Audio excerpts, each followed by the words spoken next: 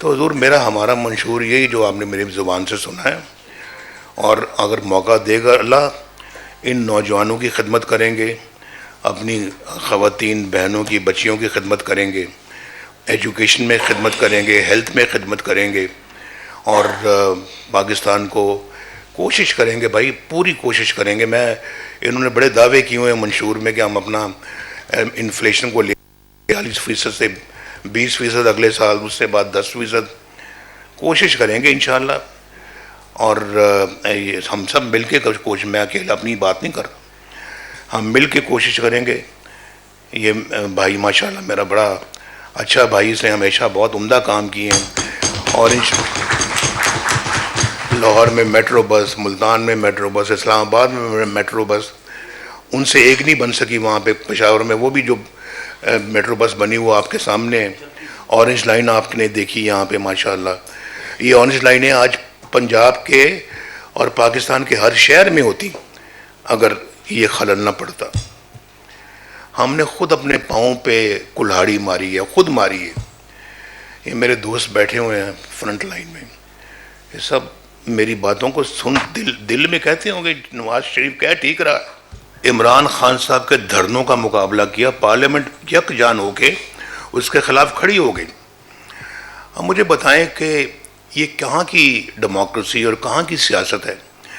ادھر سے حکومت ایک مینڈیٹ لے کے آتی ہے تو ادھر سے آپ اس کے خلاف دھرنے شروع کر دیں، اور آپ یہ زبان استعمال کریں کہ وزیر اعظم کو ہم وزیر اعظم ہاؤس سے اس گردن میں رسا ڈال کے کھینچ کر لے کے آئیں گے۔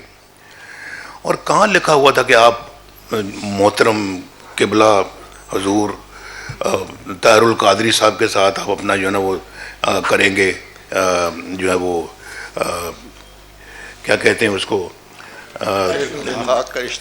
اشتراک کریں گے، گٹھ جوڑ کریں گے، اشتراک کریں گے، اور ان کے ساتھ آپ اپنا جو ہے وہ لانگ مارچ کریں گے۔ کیا واسطہ طاہر القادری صاحب کا پاکستان کے ساتھ؟ وہ کون ہے پاکستان کی سیاست کے؟ ان کے ساتھ آپ گٹھ جوڑ کر رہے ہیں، اور بھی افراد اور عناصر بیچ میں ملے ہوئے تھے۔ ابھی گورنمنٹ بنتی ہے، الیکشن ہوتے ہیں، آپ 35 فنکشنوں کی بات کرتے ہیں۔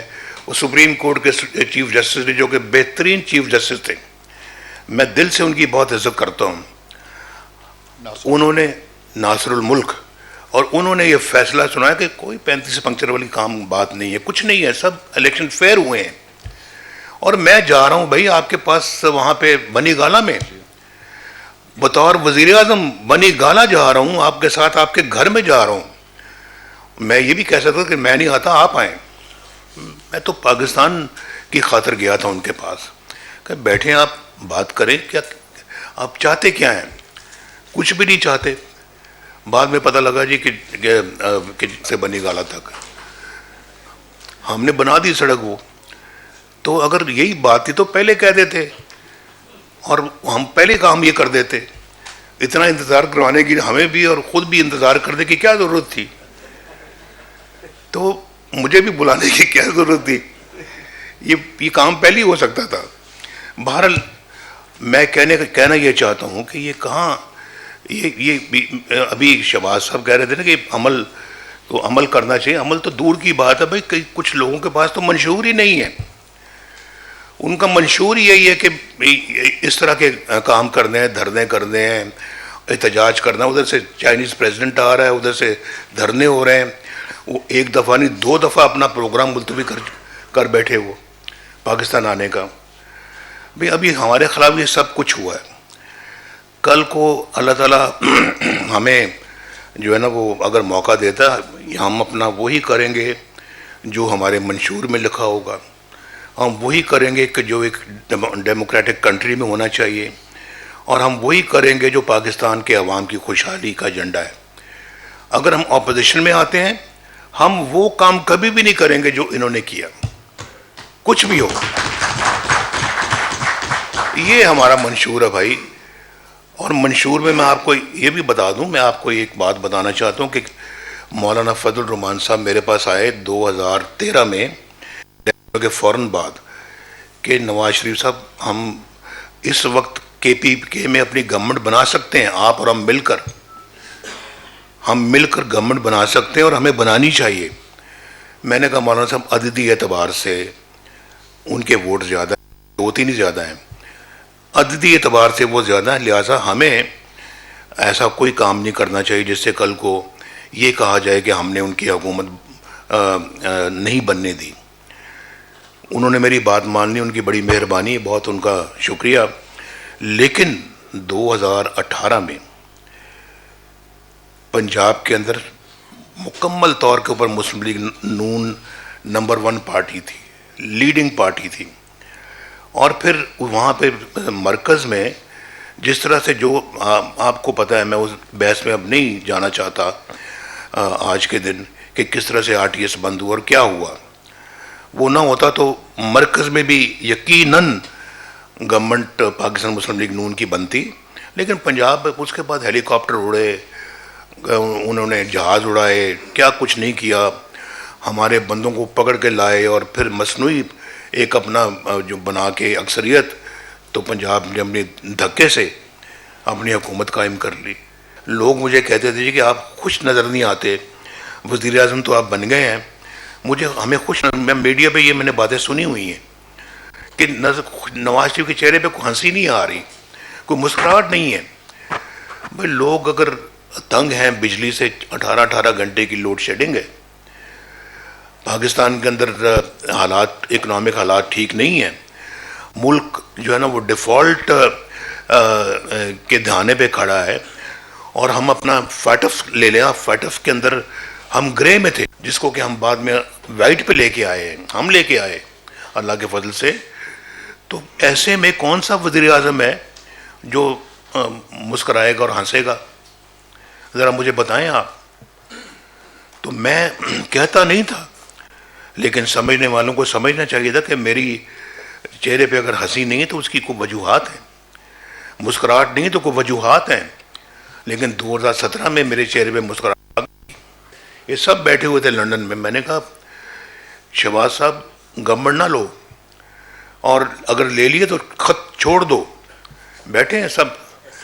لیکن ایسے حالات پیدا ہو گئے, الٹیمیٹم دے دیا.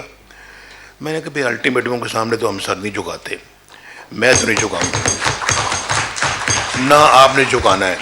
شہباز صاحب کی تقریر تیار تھی, رات کو انہوں نے سٹیپ ڈاؤن کرنا تھا, اور بالکل تیار, 4 گھنٹے رہ گئے تھے, الٹیمیٹم آ گیا. میں نے خود کہا ان کو اب نہیں چھوڑنا آپ نے, اب رہیں, آپ مقابلہ کریں. تو ملک ویسے ڈیفالٹ کی سچویشن پہ آ گیا. تو میں نے کہا کچھ بھی ہو اب ہم اپنا جو ہے نا وہ نہیں کریں گے, اب اس کو پہلے الٹیمیٹم کی قیمت کا پتہ لگ جائے, اس کے بعد پھر ہم اپنا اگلا کام کریں گے. وہ پھر الٹیمیٹم کرتے کرتے پھر آپ کو پتہ ہے اور بڑے مسائل آ گئے. لیکن شہباز شریف صاحب کے اوپر, ان کی ٹیم کے اوپر, جنہوں نے بڑی جاں فشانی کے ساتھ پاکستان کو ڈیفالٹ ہونے سے بچایا اور پاکستان کو ان حالات میں پاکستان کو کھڑا کیا. لیکن اس کی پرائس ہے جو ہم نے پے کی ہے, پرائس. اور میں وہ ہمارا پولیٹیکل کیپٹل برن کیا اپنا, ہم نے اپنے ہاتھوں سے اس کو جلایا. لیکن ملک کے لیے, اپنے لیے نہیں. ہمیں پتا تھا یہ مسائل آئیں گے, آئے ہیں مسائل وہ, لیکن یہ ملک کا معاملہ تھا, ہمیں کرنا پڑا اور ہم نے کیا. اور آئندہ بھی خدا نہ خواستہ, اللہ نہ کرے کوئی ایسا وقت آیا تو پھر بھی کریں گے. یہ جیلیں ویلیں جلا وطنیاں کاٹنے کے باوجود کریں گے, ملک کے لیے کریں گے, کھڑے رہیں گے ملک کے لیے. میں بالکل آپ کو سچ کہہ رہا ہوں, دل کی بات کر رہا ہوں. میں دیکھ رہا ہوتا ہوں کئی بیچارے موٹر سائیکل پہ جا رہے ہوتے ہیں, آگے بھی ایک بچہ بیٹھا ہوتا ہے, بندہ گاڑی موٹر سائیکل چلا رہا ہوتا ہے, اس کے بعد اس کے پیچھے اس کی بیگم ہوتی ہے, بیگم کے پیچھے 2 بچے بیٹھے ہوتے ہیں, بیچ میں ایک آدھ اور بھی ہوتا ہے.